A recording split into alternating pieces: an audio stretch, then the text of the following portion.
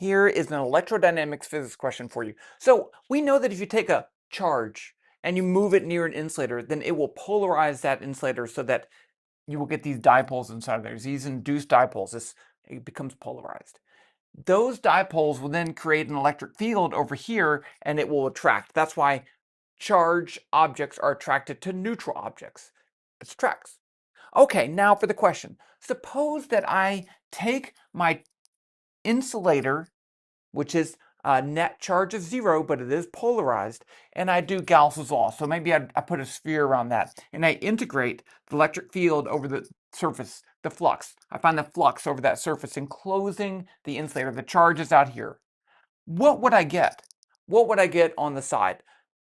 Would the flux be 0 or not 0? Remember, that charge is attracted. There's an electric field over there.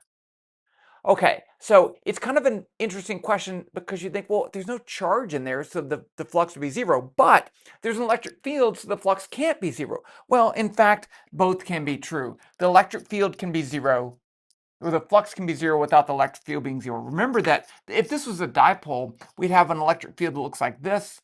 Over here. So if you integrate around that whole area, even though there is an electric field, you get a 0 flux. It's one of those situations where you wouldn't want to do this mathematically because it's kind of difficult to integrate the flux to find the electric field around that circle when the electric field is not constant. We normally pick situations where the shape of the Gaussian surface matches the symmetry of the field, but here that's not true. But the flux would be 0 because there's no charge inside. The net charge is 0. The flux has to be 0.